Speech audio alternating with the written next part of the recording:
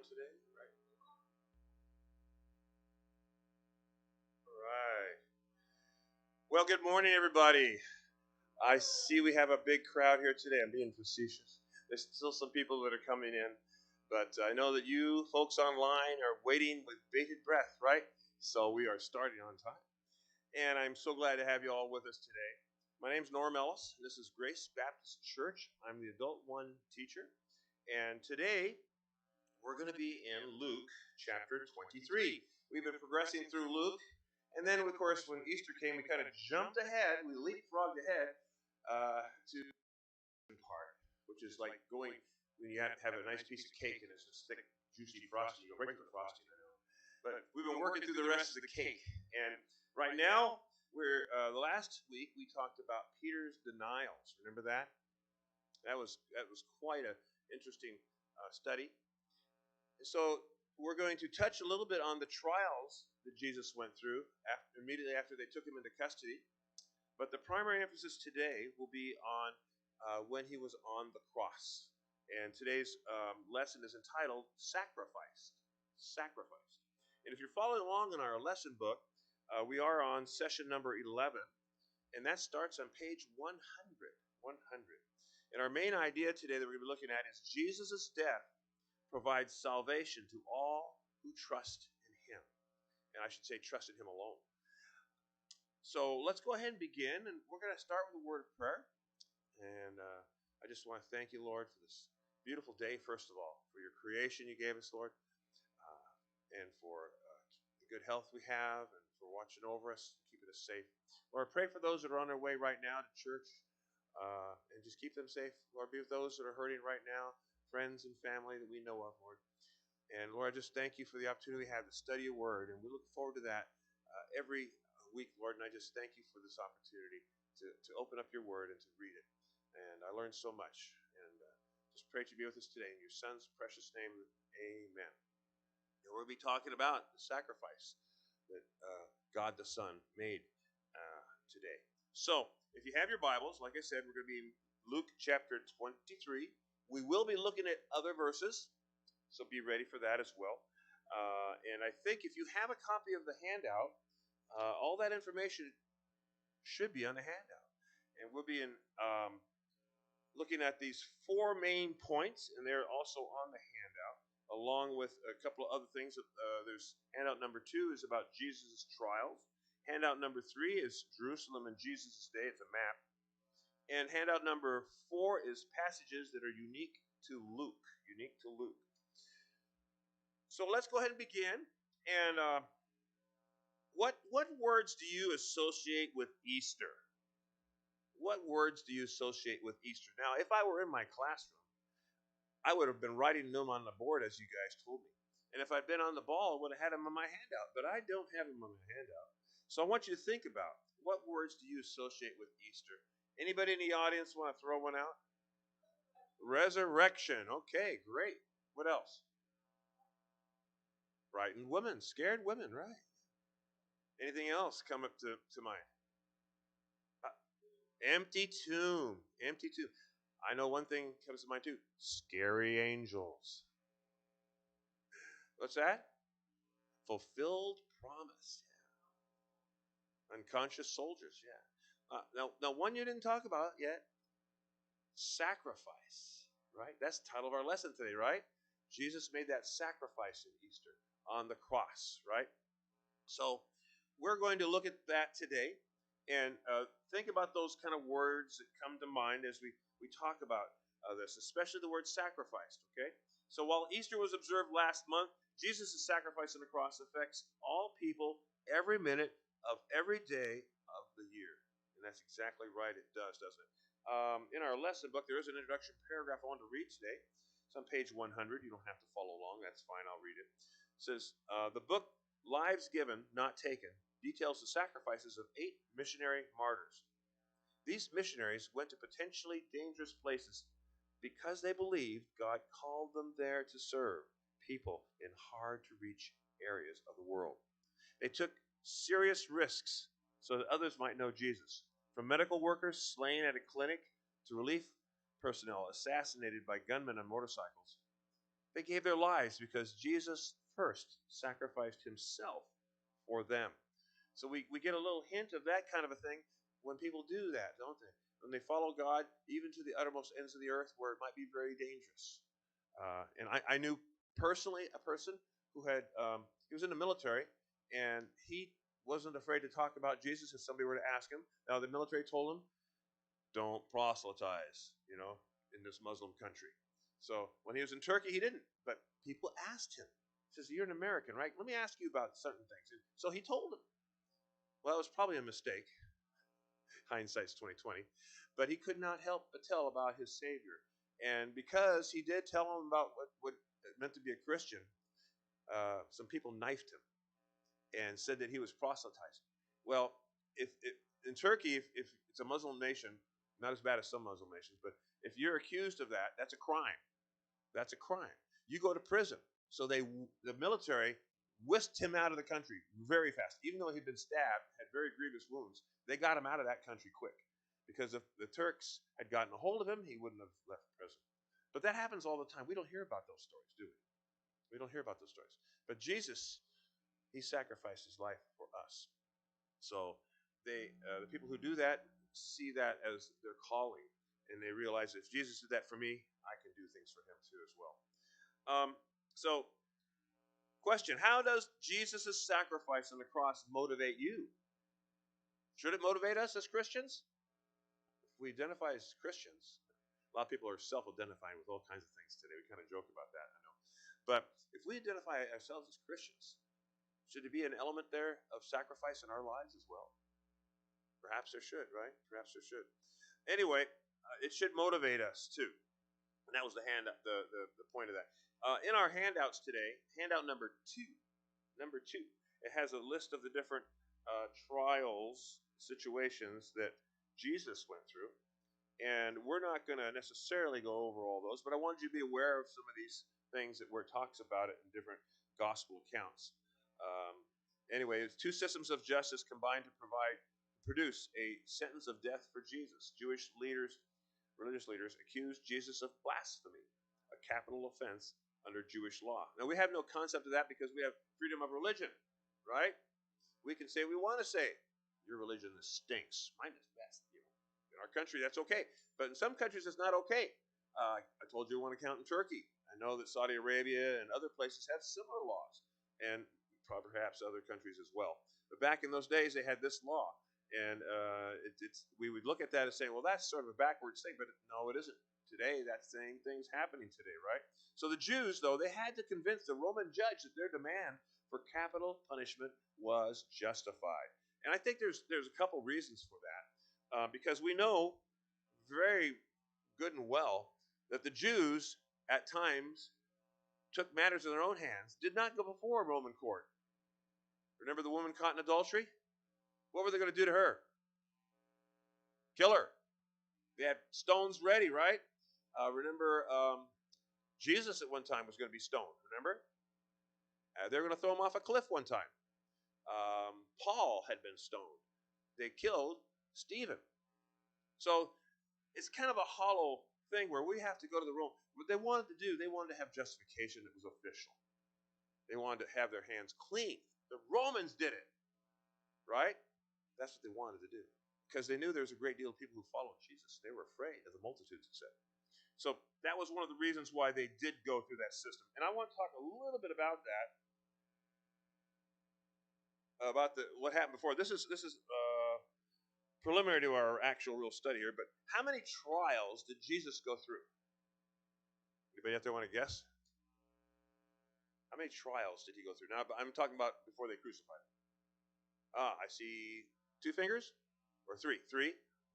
Anybody else? Anybody want to guess? More than 1? Yeah, more than 1. More than 2? Yeah, more than 2. Was it just 3? Well, there was 3, and actually, in a sense, there was a fourth. I talked about that briefly here. So, what's interesting is we have a rule in our country where you can only be tried once because it's called double jeopardy if you do it again. But apparently, they can do it over and over and over in other places, especially if you want a certain outcome, right? Yeah. So anyway, he endured several trials. This is in my Bible commentary notes here. So I wanted to read this real quick. I hate to just read things sometimes, but in this case, it's kind of interesting.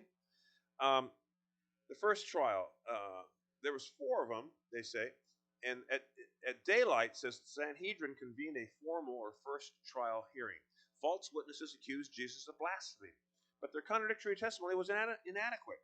The Jewish leaders condemned him on the accusation that Jesus made himself to be equal with God by claiming to be God's son. The second formal trial was a brief indictment by the Sanhedrin before Pilate.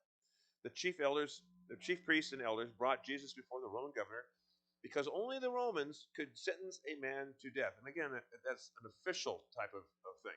They unofficially did that all the time. No, not all the time. They did it on a regular basis, I guess I should say. The charge centered on false claims that Jesus encouraged the people not to pay taxes to Caesar. We know that was definitely false. They also said he wanted to be king. Okay, the third trial. His third trial happened before Herod Antipas. Is that correct pronunciation? Okay, Antipas is close. Who inherited the throne of his father Herod the Great. You probably remember Herod the Great, right? When Pilate heard Jesus was from Galilee, he thought he could rid himself of the whole situation by sending him to Herod, who ruled the region that included Galilee. I can get my hands off this sticky wicket right now, right? And anyway, this trial focused on Jesus' miracles. At first, Herod was glad to see Jesus because he wanted to see Jesus perform, do a miracle, like a trick. Jesus' silence fulfilled Isaiah's prophecy. Quote, he was oppressed and afflicted, yet he did not open his mouth. He was led like a lamb to the slaughter, as a sheep before his shearers is silent, so he did not open his mouth. That's Isaiah 53:7. That might be one of my verses I handed out. I can't remember, so I apologize. Anyway, the fourth trial is really a conjunction of the second, as Herod sent Jesus back to Pilate. Recognizing that none of the charges against Jesus were valid, Pilate tried several times to release Jesus, but the religious leaders continually provoked the people to cry out for Jesus' crucifixion. And that's exactly what they try to hype the crowd. We want him dead. We want him dead, right? And they said, yeah, release the known bad guy. What was his name? Barabbas? Yes. Release him and kill the guy who's innocent. That makes sense. Uh-huh.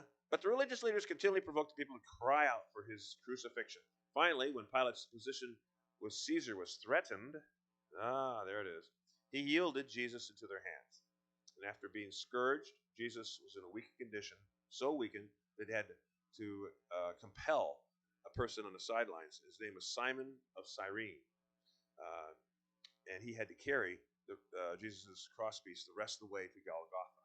Women wept for Jesus, but he urged them not to weep for himself and not to weep for him, but for themselves and for their children because of the worst conditions to come. Isn't that interesting? Here he was about to be crucified. And what was Jesus' concern? The people around him and their children. Think about that. Think about that. Would we do the same? No. And he was crucified between two thieves. We're going to talk about that in our lesson here. And we see how one thief ended up defending Jesus, right? So let's go ahead. Let's look at our first point here. First point. First of all, let me talk a little bit about the scourging. Now, what was a scourging? Do you know what a scourging was? It was kind of a beating, but it was more than just hitting somebody several times. They had this cat of nine tails, they called it. Now, it wasn't necessarily just nine strings, but it had a handle to it. It had these leather straps coming out. At the end of each leather strap, they tied a piece of sharp bone or stone or something like that. And they would whip the back of the person, in the back part of the person, I think 39 times with that's whatever it's called, cat of nine tails.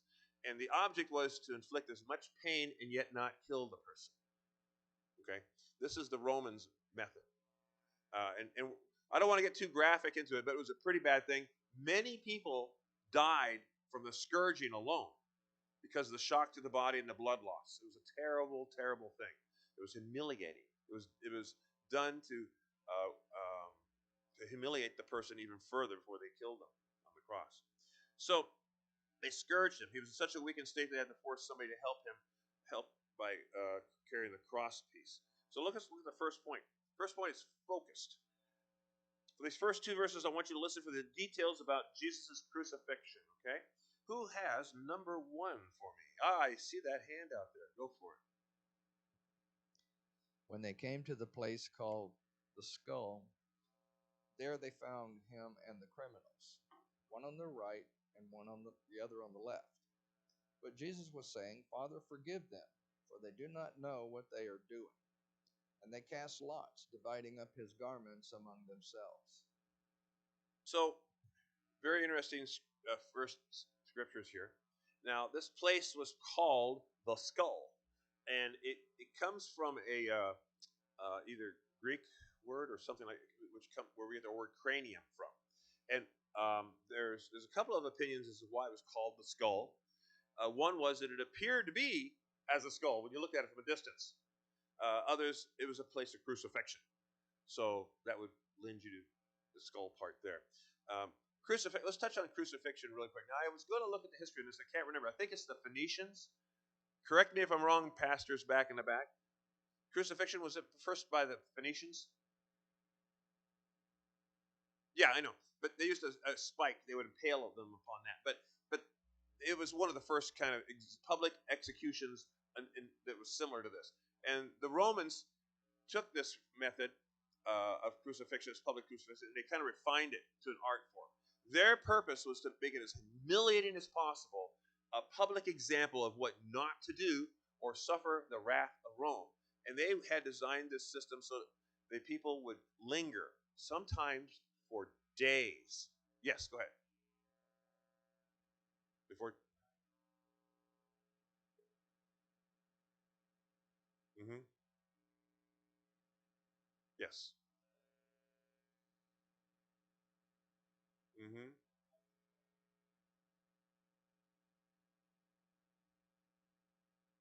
Yeah. Yeah. The object was to keep them alive as long as possible so people could see it.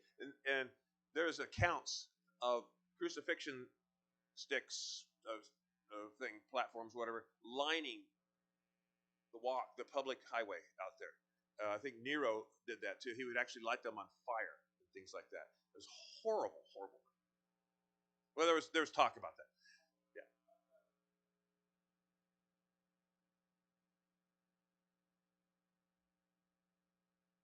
Mm-hmm. Right. Yes. Yeah. Lots of people were rounded up during the time of revolt, and hundreds and thousands, not hundreds of thousands, but hundreds and thousands were crucified, and it was hard to find places to do them. They would also just take a tree sometimes, and they'd use an available tree to crucify somebody on it. The main thing was they wanted people to see it, and would that be a discouragement to you if to join a revolution to see that's what your outcome was going to be? It would be discouraging, wouldn't it? That's why Rome did it. They're very barbaric. It was the peace of Rome, but it was performed with an iron fist, and they didn't take any revolutionaries. None were allowed. So anyway, so this is what the death was. And also, by the way, after the person died, they would leave them on that cross or that structure, and the birds would eat them. It was a graphic reminder. It was terrible. It was terrible. Anyway, so this is what Jesus is facing. He knows what he's facing. That's why the human side of him prayed so earnestly in the Garden of Gethsemane. Remember we talked about that when Peter denied him. So, but here he is. He's saying something very curious. He's talking about. Most theologians believe he's talking about those that are doing the actual execution, and he says something about them in verse 34. What does he say?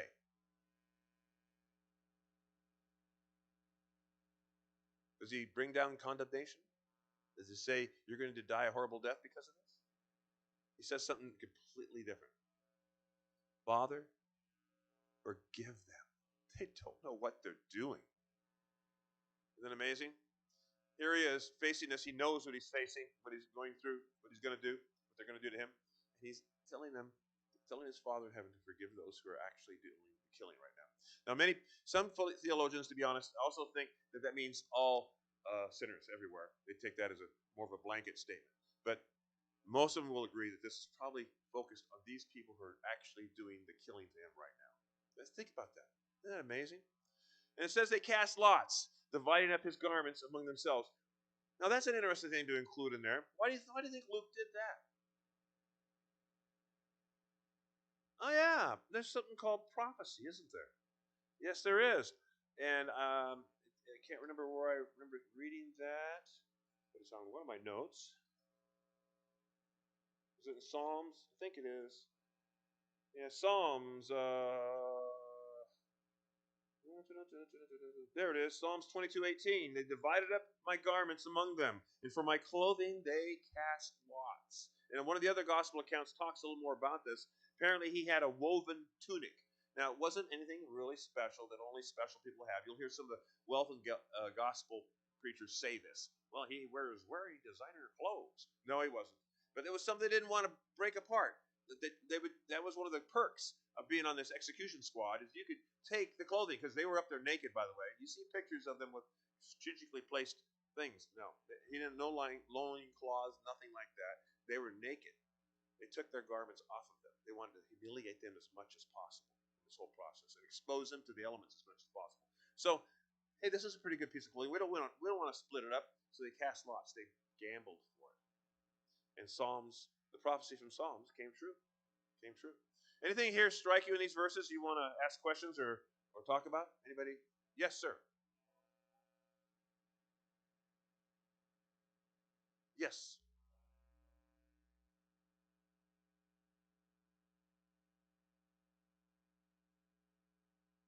Yeah. Mm-hmm. Oh yeah, clothing. Clothing was expensive. Yes. Clothing was expensive, so it was one of the perks, one of the advantages of being on this horrible duty. You know. So I have some verses out there. I think I also yeah. Somebody has Isaiah 53:12. Go ahead and read that for us. Therefore, I will allot him a portion with the great, and he will divide the booty with the strong, because he poured out himself to death and was numbered with the transgressors. And yet he himself bore the sin of many and interceded for the transgressors. But we see again Isaiah's prophecies coming true in this whole thing, right? Laid out before them. I wonder if this was lost on on the people who knew these scriptures like the back of their hand. I wonder if those things came to mind. Kind of one of those curious things you think about, right? So it says he was crucified with criminals, and this was prophesied in Isaiah 53:12 that he the suffering servant or Jesus would be numbered with the transgressors, and that's what that's referring to. We also look back at Jesus' own words. Look at Luke 22:37. Oh, all right, bonus. Jesus said, "For I tell you that this which is written must be fulfilled in me." And he was numbered with the transgressors. For that which refers to me has its fulfillment. Wow. So he prophesied that would be what would happen to him before it actually happened. That they would do this. Interesting to see that as well. So this is Jesus' own words here as well. In verse 34, it says, Father, forgive them. Again, we've talked about that already, right? So his own words were saying, this is what his concern was for. His concern was not for himself, it was for others. Even on the cross, even as he was bleeding, even as he was struggling for breath, he was concerned about others. Think about that. That's an amazing thing to me. So anyway, this excruciating pain he was going through would be terrible, but he did not pray for his own personal relief. He prayed for the others around him who were doing this to him. Wow. So let's look real quick. Where is Golgotha? We talked a little bit about this before, the place of the skull. And on your handout, so since I gave you this, I want you to at least point it out and use it. Handout number 3. Number 3. And if you look at here, the thing here, you'll see it was outside the main gate. Now, I thought I had it marked here on my thing. I didn't mark that one. All right, Golgotha is out of the main part of the city. There it is. There it is. there it is. It's if you look at the map, it's up the upper left-hand side a little bit, and it's Golgotha or Gordon's Calvary, where they believe that was probably the place where it was. And at the time, it was outside the city walls. And there's one farther down too. That's true. There's a traditional location as well. Either one. It could be either one of those. We don't know for sure. But further down is the traditional location, right outside the Judgment Gate. If you look at that. So the main thing I want to point out was it was outside the original wall. Now you see that there's a Josephus' third north wall. That wasn't there at the time. The whole point was they could not uh, tolerate this kind of thing within the city of Jerusalem, and also they could not tolerate it to be up during the executions be going on during the Sabbath. Okay, so keep that in mind. So they didn't mind killing an innocent man, but they didn't want to have it inside their city, and they didn't want to have it during the Sabbath. They don't mind killing the Son of God otherwise. Got to follow the rules. So anyway, that's where that area was located. They think there's a couple of different places. They're not really sure. You'd think they'd be really sure of that, but they're not. I talked a little bit about also the word Golgotha and Calvary, and these come from that Greek term for skull, which we use. You know the word cranium? Ever heard that before? That's where that word comes from, and the Aramaic term is Golgotha. So the word Calvary, now that comes from the Latin translation for the word skull. Now are we all confused and clear as mud?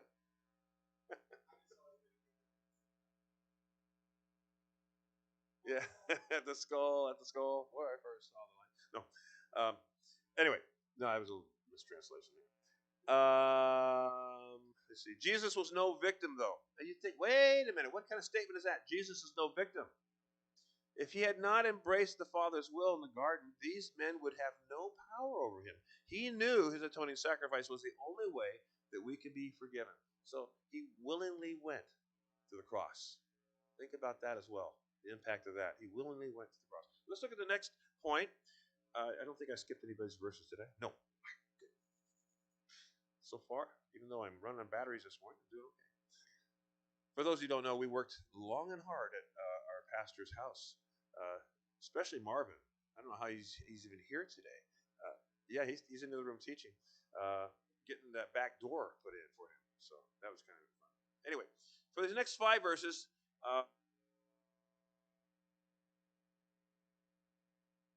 happened. There we go. For the next 5 verses, think about the reactions you may have expected from those who were around Jesus when he was crucified. Let's look at the next verses, Luke 23, 35 through 39. Who has that one for? Oh, Pastor Lee in the back. Yeah, Pastor was playing with sound, so Oh, him. Pastor Matthew, I see. He was the guy. And the people stood by looking on, and even the rulers were sneering at him, saying, "He saved others. Let them save himself if this is the Messiah of God, his chosen one." Soldiers also mocked him, coming up to him, offering him sour wine, and saying, "If you are the king of the Jews, save yourself." Now there was also an inscription above him, "This is the king of the Jews." One of the criminals who were hanged there was hurling abuse at him, saying, "Are you not the Messiah? Save yourself and us." Hmm. So part of the elements of this crucifixion that they did was mockings. Not only would they painfully kill the victims, but they'd emotionally destroy them, tear them down too. They would. This is a very common thing to mock those who were being crucified. Of course, the people who cared about the person being crucified wouldn't be doing it, but the public in general was encouraged to do that because we want to discourage this kind of action, right? That's the whole idea. The Romans used all kinds of methods to discourage these kind of things that they were trying to stop using crucifixion. So one of the ways was to mock people, but this was especially cruel for Jesus because what did Jesus do? Nothing deserving of execution, yet he's going through this terrible time, including the mocking here. So it was they were sneering at him and they were mocking him. It says he saved others. Let him save himself if he is the Christ of God, his chosen one. So this is probably the Jewish leaders doing this, leading this, right? Go ahead.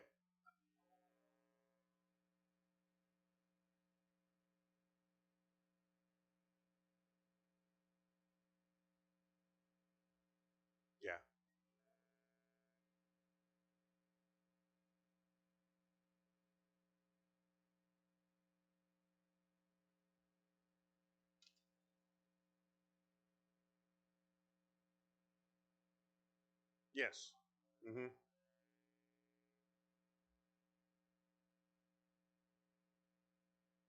Yes, he did. He was. Right. Yes. Yeah. Yeah. He was. In the eyes of most of the people there, the public, if you will, in general, when somebody's being crucified, he deserves it. Obviously, he or she did something that deserves that kind of thing. So, of course, they would mock him, right? And so that was a normal thing. And even for the people doing the crucifixion, they would get callous to what they were doing, and they would probably say those things anyway as well.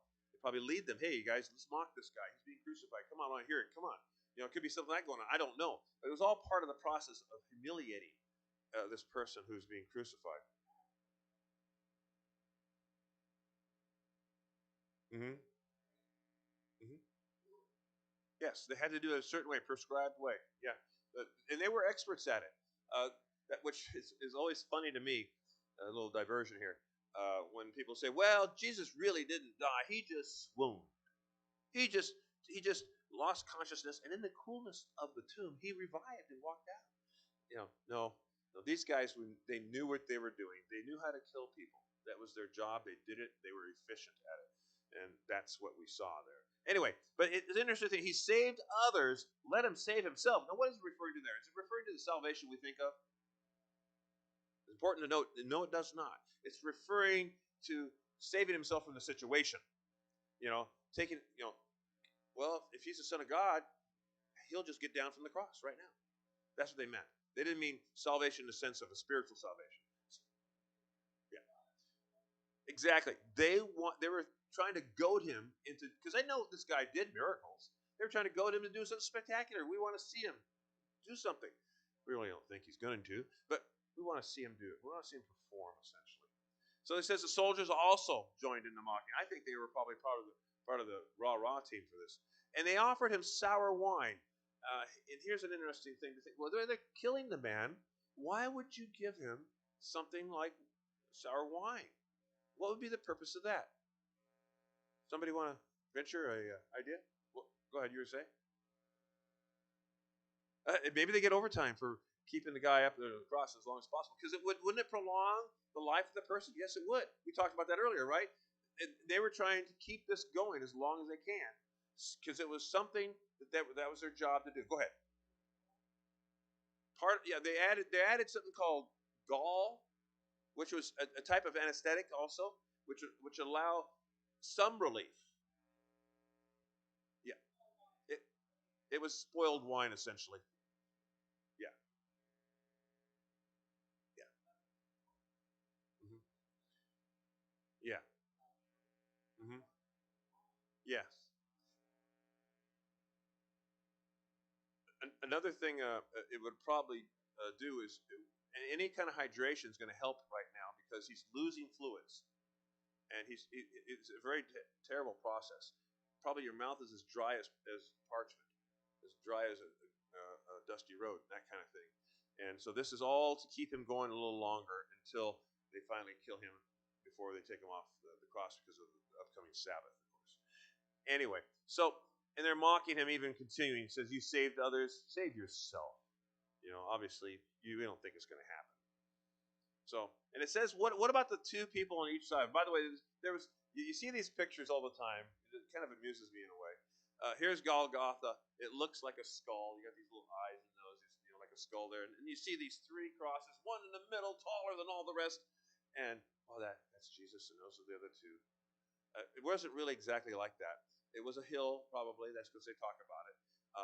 These crosses just happened to be in a line, and he was in the middle one. It wasn't any taller that we know of. Maybe it was, but we don't know that it was. So these pictures kind of amuse me. You see sometimes that they elevate Jesus above the rest like that. He could have been, but probably not. Probably not. Anyway, but there's on each side of him was what? Being crucified. Criminals, right? Real people who deserve to be there. And what are they doing at this point? They're mocking him. And it says that they were mocking him, right? And specifically one of the criminals who were hanged there was hurling abuse at him, saying, "You are not the Christ. Save yourself and us." If you look at the other accounts, it talks about both criminals hurling abuse at him. But at one point, one of them decided, this is not right. This is not what we're supposed to be doing. This guy doesn't deserve it. He must have known about Jesus, right? He knew about him, and he realized even in his pain that he was going through, this is not right. We're going to hear about this in a moment. Matter of fact, let's see. Let's go. Did I have any questions on this one, or any mistakes here with missing a verse? No, I think I got that one right. Jesus is the Christ, regardless of what others say. And that's the statement here at that last point that I want to make sure.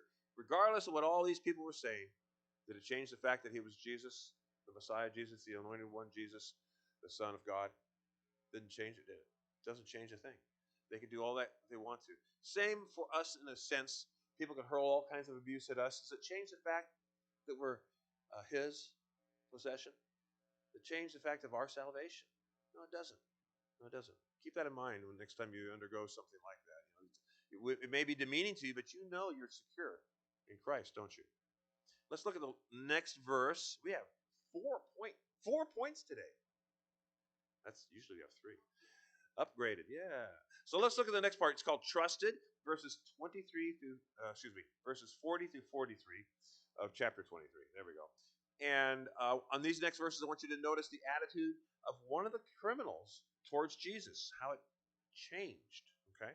So go ahead and read those. Who's got those verses for me? All right, Katrina. But the other answered, and rebuking him, said, Do you not even fear God, since you are under the same sentence of condemnation? And we indeed are suffering justly, for we are receiving what we deserve for our deeds. But this man has done nothing wrong. And he was saying, Jesus, remember me when you come in your kingdom. And he said to him, Truly I say to you, today you shall be with me in paradise. Wow. Interesting here that, like I said, both of them initially were doing that, but one of them repented. One of them had a change of heart. Okay? And it says, do you not even fear God since you are under the same sentence of condemnation? So he's talking to the other guy on the other side, and he says, knock it off. You don't know what you're doing. Mocking this man who's dying on this cross. And he has a very good idea that this is not a criminal, right? Matter of fact, he believes this is probably the anointed one, right? Messiah. And he's realizing as he's dying on this cross, this man is not deserving of this death. And so he's rebuking in his pain. He's rebuking him. You'd think he'd be doing other things. Instead, he's saying, stop bothering him. He's Messiah. You know? So it was an interesting thing here to see this. It says, we're suffering what? We are suffering justly. Right? We're getting what we deserve. What do we deserve? What do we deserve? We deserve death too, don't we? Right? Except for Christ intervening for us. Right? Like he did. Isn't that neat to know that? Really neat to know that. Anyway, so we're suffering justly. We deserve it. But this man has done nothing wrong. And he was saying, Jesus, remember me when you come into your kingdom. And Jesus took the time to stop and say, truly I say to you, today you shall be with me in paradise. Wow. Think about that. Think about what that means. That's an amazing thing. So this man on the cross, he's trusting him. He's trusting him with his eternal destiny, right? Do we trust Jesus with our eternal destiny as well? We do, don't we? We do.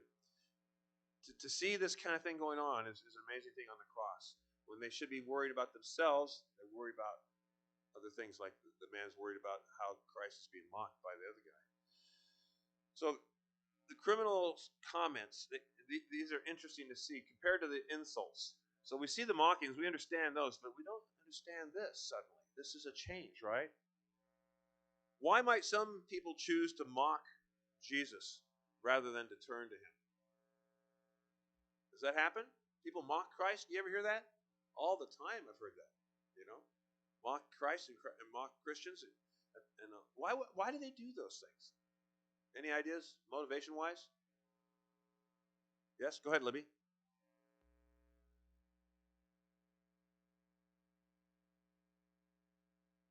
Mm-hmm.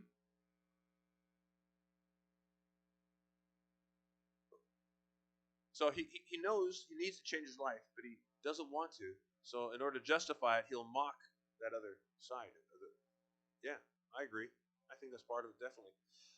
Also, you think about who is ruling your life at that point in time. Who is? Who are you following? Satan. Now, you may not directly claim it. Some people do. Most people don't. But that's who's motivating your heart, right? Because you're not a child of God. And so you're going to do the things that your father would want you to do. And your father is Satan at that point, right? Jesus spoke about that many times as well. So, what happens when we ignore that reality in our lives? We become calloused, right? We become calloused to the truth. And so this man, he realized where he was before the Lord, right? It's interesting to see that some of these verses that Luke lists are unique. We talked about this many times before. Certain parts of Luke you don't find in any of the Gospels, and this is one of these areas is in Luke chapter 39 through 43, and we have a handout that talks about that a little bit. Handout number 4. There we go, number 4. In these particular verses, it's if you look in the right-hand column all the way towards the bottom, crucified between two criminals. This whole account is unique to Luke. You're not going to find it in the other ones. Now, why would Luke? First of all, why do you think Luke has it and the others don't? Any ideas? Now, we don't know for sure why. I'm just asking for thoughts. Who is Luke, first of all? What was his profession? A physician. Okay. A person who is trained to research, to look deeply, to try to fix something that maybe other people don't know much about. In other words, the mind of a physician is a mind that would maybe look for things and try to fix things, right? So they're geared towards researching things and looking at those possible answers. So it could be that when he did this gospel account for Theophilus, he talked to lots of people. They theorized, and probably talked to some people that Matthew, Mark, and John had not talked to. And so that's where these parts come into play. I remember this one incident on the cross because I was there, or something like that. And they would recount it to Luke, or maybe the person had recounted it to his father or his son, and they told Luke about it as well. But that's probably where those kind of things come from. Yes, sir.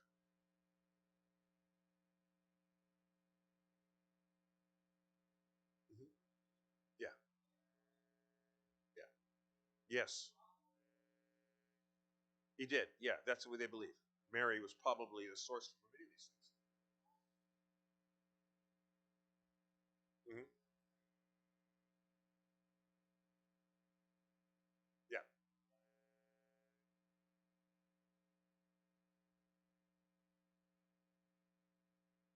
Yes.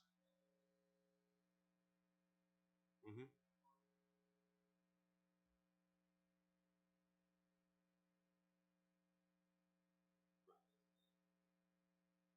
Yes, we do.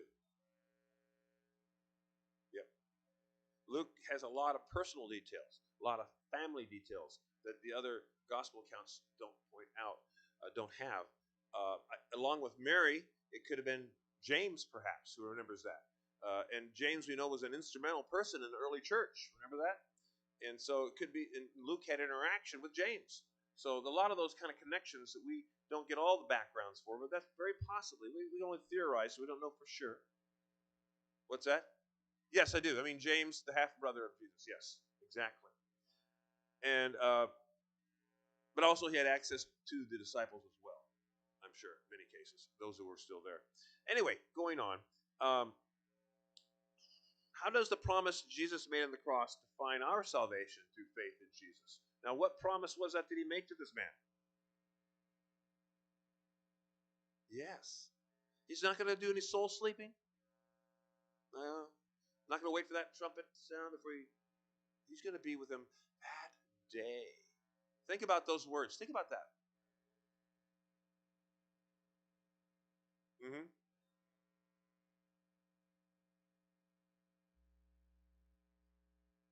Right.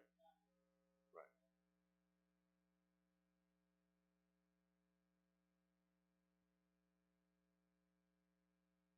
Right. Right. Hmm. Yeah. Yeah.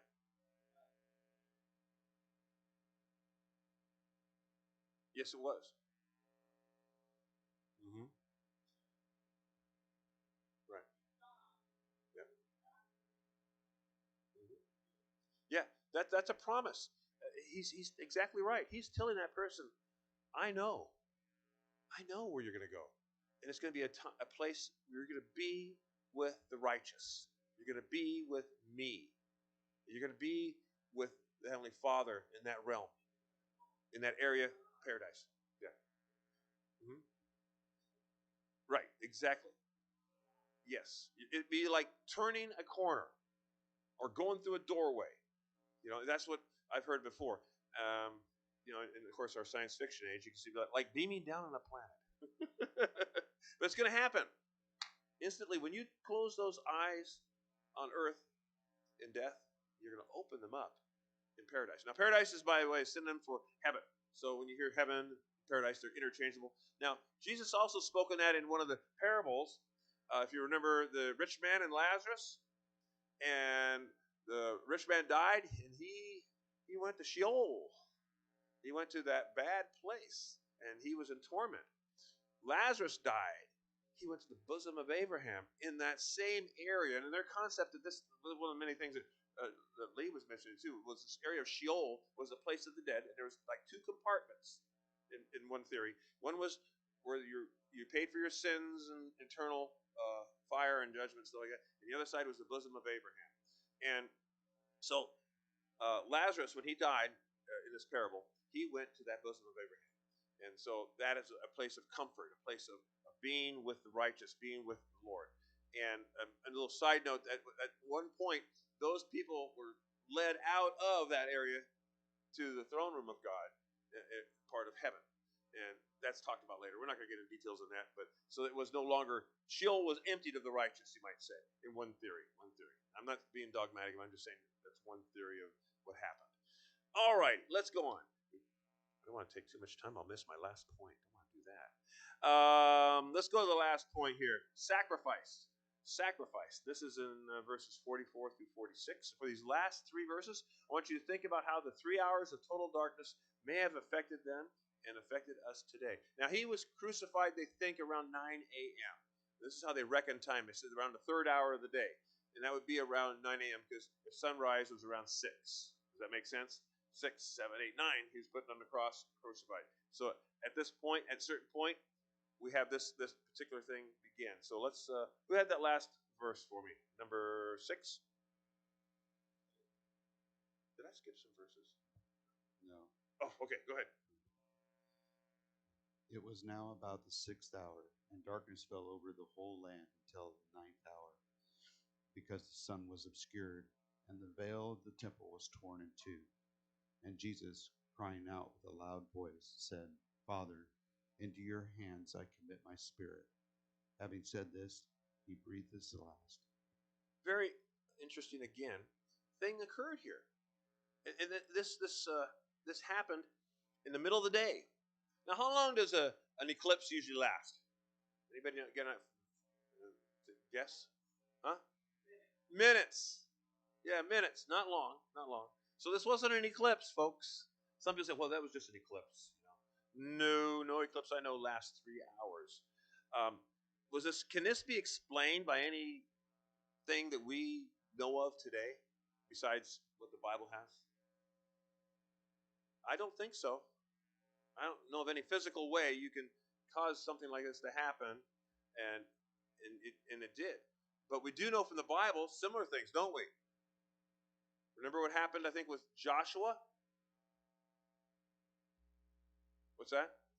Sun stood still until Joshua and his army prevailed. Remember that? So, who's in control of this world? God is in control of this world. Thank the Lord for that. And so, if He wants to cause the sun to remain for a period of time, I'm not explaining how He does it. I'm just saying if He wants to. He can do it. If he wants the sun obscured for 3 hours, he can do it. So that's my thing. Anybody have any other advanced theories of astrophysics?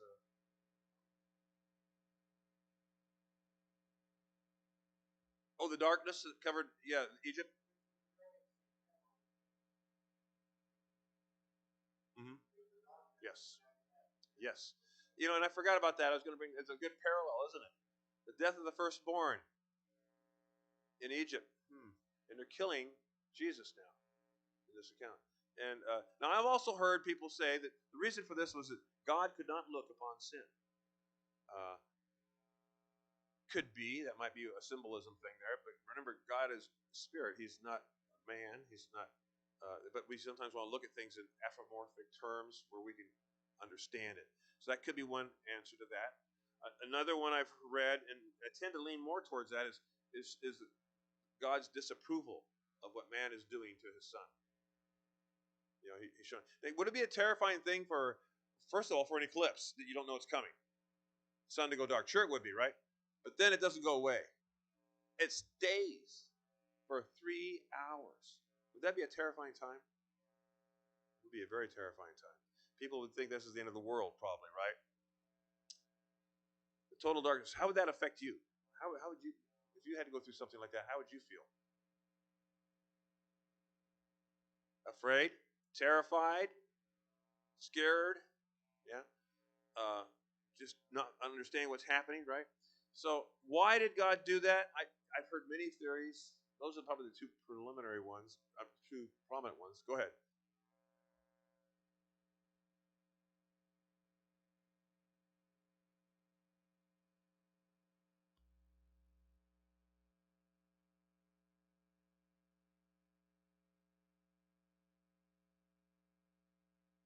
Was that Josephus? Yeah. Yeah.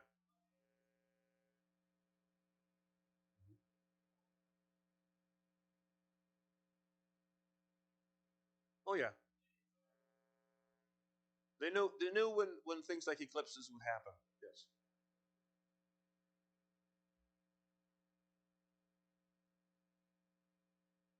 Right. Exactly. It was out of the blue, as you would say, almost, or out of the dark. Phallus and Legron. Okay. Well, that's Pelagian. That's Greek to me. Anyway, so it's a very unsettling thing, right? Now, something else happened besides the darkness. What else happened? Significant. What?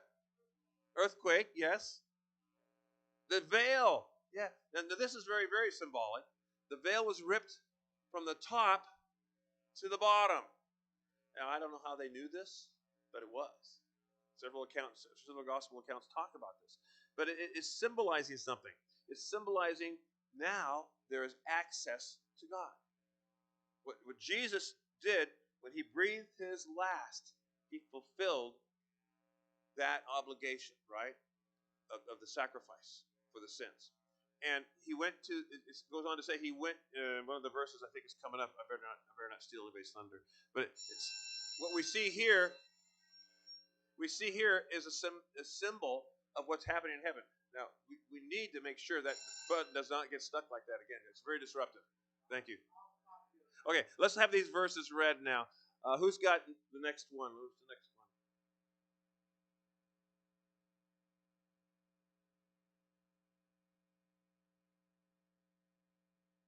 Mm-hmm. Forerunner for us, having become a high priest forever, according to the order of Melchizedek. Melchizedek. Melchizedek, yeah. That's Hebrews 6:19 through 20. It talks about the veil also there. How about number 8, which is Hebrews 9:1 through 5? Hebrews 9, verses 1 through 5. Now even the first covenant had regulations of divine worship and the earthly sanctuary, for there was a tabernacle prepared, the outer one, in which were the lampstand and the table and the sacred bread. This is called the holy place. Behind the second wall, behind the second veil, there was a tabernacle, which is called the Holy of Holies, having a golden altar of incense and the ark of the covenant covered on all sides with gold. in which was a golden jar filled with or holding the manna, and Aaron's rod which budded, and the tables of the covenant. And above it were the cherubim of glory overshadowing the mercy seat. But of these things we cannot now speak in detail. This again is talking about the symbolism, basically, of what was in heaven. Okay, this is an earthly symbolism for us to understand, and it's still beyond us. This is the best we could do, is what he's saying. Hebrews 10:10.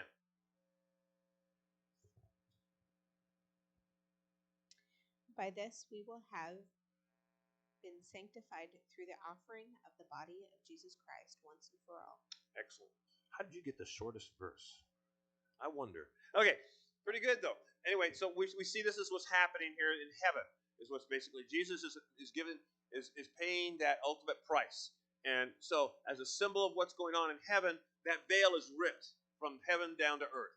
It's now saying it's been done. There's no need for goats and rams to be killed. The sacrifice has been done. It's complete. That's the whole idea of that. So that Jesus' death removed that barrier between sinful humanity and a holy God. So the last verse we have is Psalm 31:5. Into your hand I commit my spirit. You have ransomed me, O Lord, God of truth. So this is something that Jesus is directly quoting right before he dies. Right before he dies. He says this verse, doesn't he? Out from Psalms. So he knows that it's done. It's paid in full. It's telestai, whatever the term was in Greek or Aramaic. It is paid for. And now I commit my soul to you, Lord in heaven. It's interesting to see that part of it, isn't it? So, and I didn't know this either, but this psalm is many times used as a bedtime prayer. Did you know that? The whole Psalm 31, back in those days, and with children in ancient Israel. So Jesus closed his eyes, and like a child in the darkness of the night. Remember, it's all dark, right? And with the confidence and assurance that he would be waking up by the brightness of the morning. It's another illustration, another symbolism there in a way of looking forward to that time when we do the same, don't we? We close our eyes in darkness, we open them up in brightness in heaven, and that's the thing to remember. So our last conclusion here. Summary points. We had 4 main points today that goes along with our 4 parts of our lesson. The first one is that Jesus' purpose of providing forgiveness of sin must remain central. It's the main thing. The second point is that Jesus is the Christ, regardless of what others might say, regardless of what the naysayers and mockers say, right? Third point, Jesus can be trusted, as that thief on the cross trusted him, right? As the only way to the Father. And we know what happens to that thief. This day it will be in paradise. The last point, Jesus' death removes the barrier between the holy God and sinful humanity. So our challenge from this lesson today is to look for what barriers may exist between us and God. Yes, there are barriers in our life, isn't there? Things that hold us back from being the worshiping person we should be, right? What keeps us from fully trusting Jesus' death and resurrection? We need to identify those things and remove those barriers in our lives. Let's have a closing word of prayer because I see the hook beginning to come around the corner to grab me. All right, let's have a closing word of prayer. Heavenly Father, thank you so much for how you sent your Son. And Lord, the understanding we have of what he had to endure, of that death, that humiliation, that horrible crucifixion, Lord, but how he did it for us and how his concern was for those around him, even for those who were doing the actual act of the crucifixion, and how he cared for them as well. Lord, just thank you for that sacrifice that your Son made for us for salvation, for all who trust in him. Thank you in your Son's name. Amen.